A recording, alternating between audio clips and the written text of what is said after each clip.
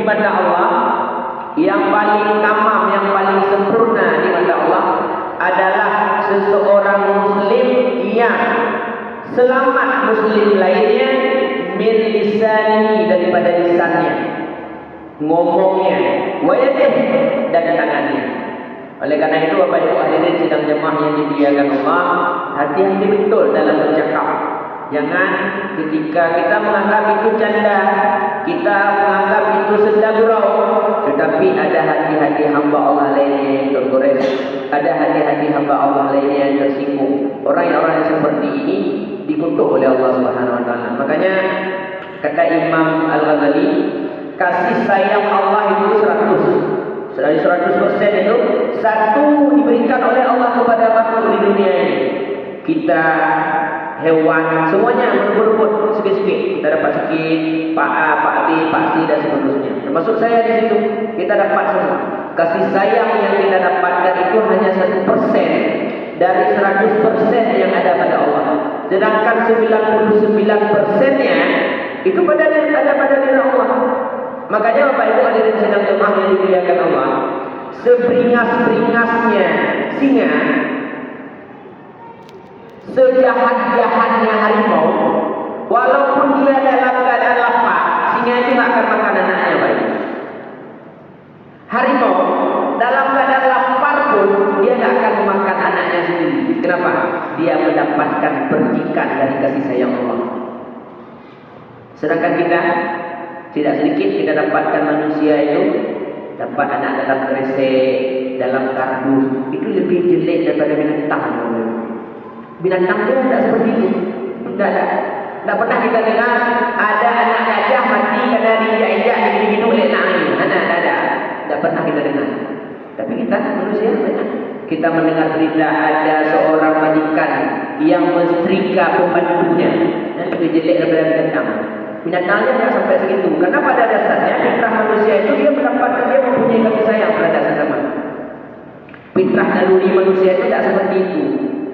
Makanya tidak aneh dulu. Sekarang kan karena udah ada rekod macam-macam, kita tak pernah lagi pergi ke KFC. Dulu waktu sering-sering kita pergi ke KFC dulu, pernah lihat orang Cina pergi dengan keluarga ke KFC. Baby sisternya duduk sendiri asing. Nak makan sama-sama. Nak makan sama-sama dia. Jadi baby sisternya khusus di sana dikasih teh dingin satu. Jangan duduk dengan saya. Ada orang yang memang ini kisah true story. Bahasa Pak Umar, true story kisahnya kan. Jadi pembantu di rumah itu dia agak asing. Jadi makan dia sisa dan di dapur. Dia satu. Wajibnya membantu. Dalam agama, dalam Islam tak pernah diajarkan seperti itu. Orang-orang Muslim itu, iman yang sempurna itu orang-orang yang selamat orang lain daripada lisannya dan tangannya. Oleh karena itu hadirin sidang jemaah yang dimuliakan Allah, apa kata baginda Rasulullah? Khairun nas anfa'uhum linnas. Orang yang paling baik di atas permukaan bumi Allah ini adalah orang-orang yang menjadikan dirinya menjadi manfaat bagi orang lain. Makanya Nabi bersumpah, sa'adatun dunya as-sakha wa husnul khuluq. Dua model manusia ini tidak bisa ditaklukkan oleh dunia, dan bahkan dunia di bawah tunduk di bawah kaki mereka. Yang pertama as-sakha. As-sakha itu orang yang bermental dermawan. Dia tidak tenang ketika tidak membantu orang, tidak tenang ketika melihat orang lain susah, tidak tenang ketika melihat orang lain itu menderita, walaupun harta yang ada pada dirinya itu pas-pasan. As-sakha, orang yang bermental dermawan. Wa husnul khuluq, giakan. Husnul khuluq, orang-orang yang bagus-bagus perangai. Kalau dapat dua ini Bapak Ibu, menjamin ya nanti bulan-bulan kamu surga. Bapak. Pertama as-sakha, wa husnul khuluq. As-sakha itu tak mesti banyak. Bersedekah itu sesuai dengan kemampuan masing-masing. Ada yang mampunya 5.000, ya 1.000. Ada yang mampunya 2.000, 2.000. Ada yang mampunya 1 miliar, 1 miliar. Ketika Abu Umar bin Khattab mendengar Utsman bin Affan menyedekahkan sepertiga harta Utsman bin Affan itu banyak. Kira-kira kalau ketika dikonversi dengan duit sekarang oleh Syekh Al-Qardawi itu, sepertiga itu kira-kira kita 20 M. Sepertiga hartanya ketika perang Tabuk. Didengar oleh Umar bin Khattab. Apa kata Umar bin Khattab? Ya Rasulullah, apakah betul saya mendengar Utsman bin Affan menyedekahkan sepertiga hartanya? Betul kata Rasulullah. Saya ya Rasulullah akan menyedekahkan separuh harta saya, setengah. Padahal separuh Umar bin Khattab itu tidak sampai 600 juta, sikit. Karena Umar bin Khattab ini orang miskin. Tapi bukan di sedikit dan banyaknya. Kalau Utsman bin Affan memberikan sepertiga, saya setengah dari seluruh harta saya miliki. Cuma karena harta saya sedikit kan Umar bin Khattab. Jadi kadar as-safa itu tergantung kepada kadar harta seseorang. Makanya hamba Allah sedang jamaah yang dimuliakan Allah. Apa kata Ibnu Abbas? An Ibnu Abbas radhiyallahu taala anhu, inna Rasulullah sallallahu alaihi wasallam qala, sesungguhnya Rasulullah sallallahu alaihi wasallam bersabda, inna ahabbal a'mal ila Allah ba'dal fara'id idkhalus surur 'alal muslimin.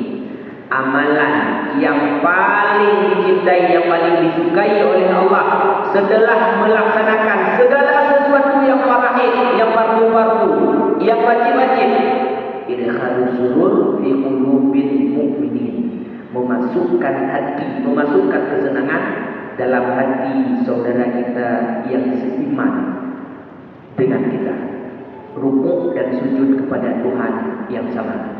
Memang kita tahu orang sakit itu tidak bisa makan apel, orang yang sakit itu tidak akan sanggup makan pir. Tetapi kenapa juga kita bawa apel, kita bawa pir untuk menyenangkan hati orang. Kalau tidak ada punya di baju, mana ada orang sakit, ada di baju, cara penting. Tapi kasih juga apa kasih juga menyenangkan hati. Makanya disuruh sama baginda Rasulullah kalau kasih sesuatu itu, lan tanalul birra hatta tunfiqu ma tuhibbun. Itu ayat Al-Quran. Belum dikatakan kalian beriman kepada Allah. Lan tanalul birra, belum dikatakan kalian melakukan baik, belum dikatakan kalian baik di hadapan Allah, hatta tunfiqu ma tuhibbun, sebelum kalian mampu menafkahkan, menginfakkan sesuatu yang paling kalian cintai. Kaji gimana kan? Susah Pak, tapi kadang-kadang kita harus paksakan. Idenya pada yuk, yang berapa ada baju dua potong. Yang satu harganya 1.800, yang satu harganya 250 lah, nggak usah 50.000. Dah di samping rumah kita itu kebakaran rumahnya. Nah, kasih semua. Kita punya baju dua, yang satu 1.800 harganya, yang satu 250.000. Kira-kira kita kasih yang 1.800 atau yang 250.000? Lantanalul birra hatta tunfiqu ma tuhibbun. Tak cukup dengan senyum-senyum saja Pak. Kalau sampai mau mati pun kita tetap seperti itu, kekeh, tetap pada prinsip. Yang tajuk juga tetap, yang tak bagus, kita belum dikatakan orang yang baik di dalam pandangan Allah. Makanya kadang-kadang sikit-sikit naik. Apa itu? Hadirin sidang jamaah yang dimuliakan oleh Allah Subhanahu wa taala. Makanya kemarin di sana waktu di Sektim Laman kita membahas, kita mengangkat itu.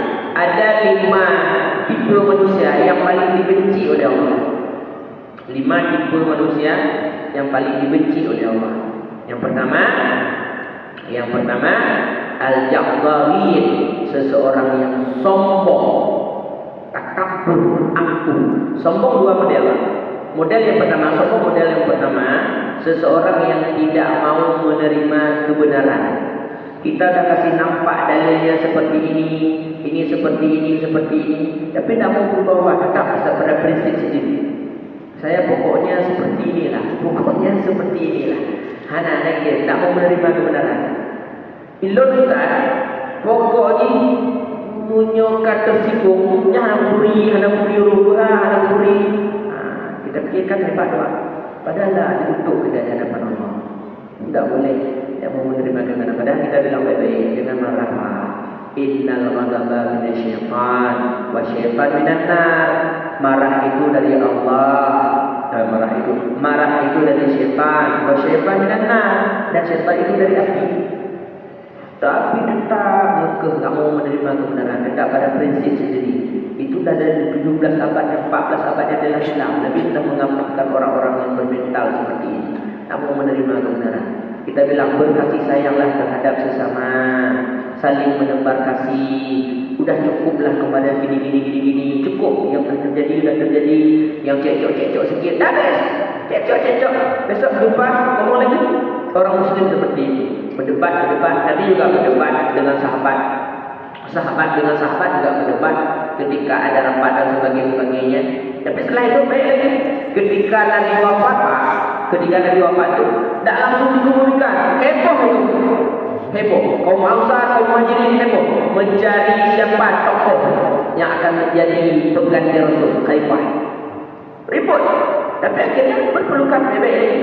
Karena kata Nabi mereka faham betul tentang kalam Rasul. Tidak layak bagi seseorang yang beriman kepada Allah, beriman kepada hari akhir, memutuskan silaturahim lebih dari hari. Enggak ngomong, mencengong, katrip dah. Anak buka-buka haba, anak kalau ni, anak mau senyum-senyum sepak.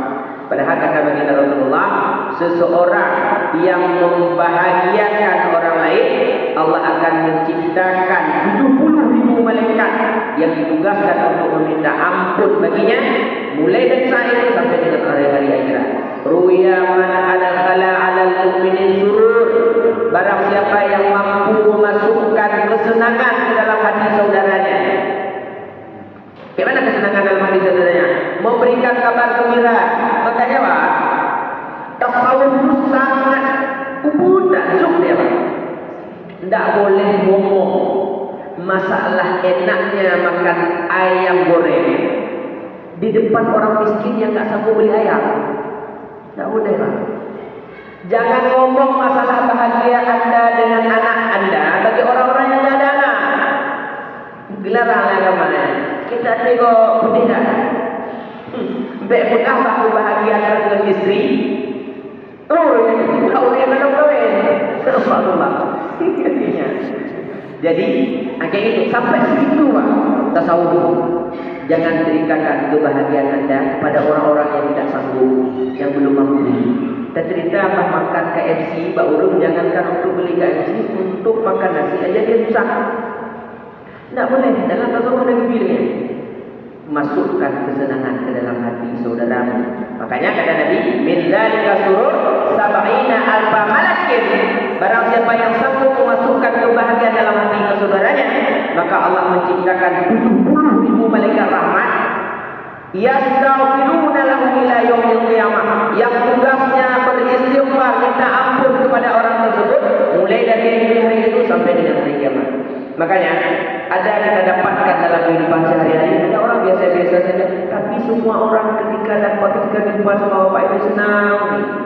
Kita bilang sama bapak, kok kiki Pak ya? Kok semua orang ketika jumpa sama bapak senyum? Kok semua orang ketika jumpa sama bapak baik? Orangnya belumnya ini asuran mereka. Padahal beliau bukan kecil, bukan gadus, bukan apa-apa. Iya, kita tadi bawanya sampai 28 macam.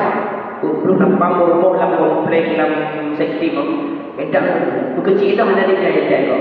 Padahal mereka beliau bukan miskin-miskin sekali, bukan orang-orang yang tak mampu. Kenapa?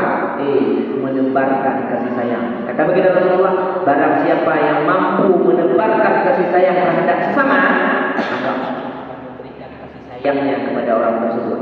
Orang-orang yang disayang oleh Allah, Allah akan menanamkan kasih sayang ke dalam hati hamba untuk sayang kepada hamba tersebut. Makanya, Bapak Ibu hadirin sidang jemaah yang dimuliakan Allah, tebar kasih sayang terhadap sesama, maka akan kita mendapatkan kasih sayang Allah. Ketika kita dapatkan kasih sayang Allah, hati makhluk dibikin condong sama Allah untuk sayang kepada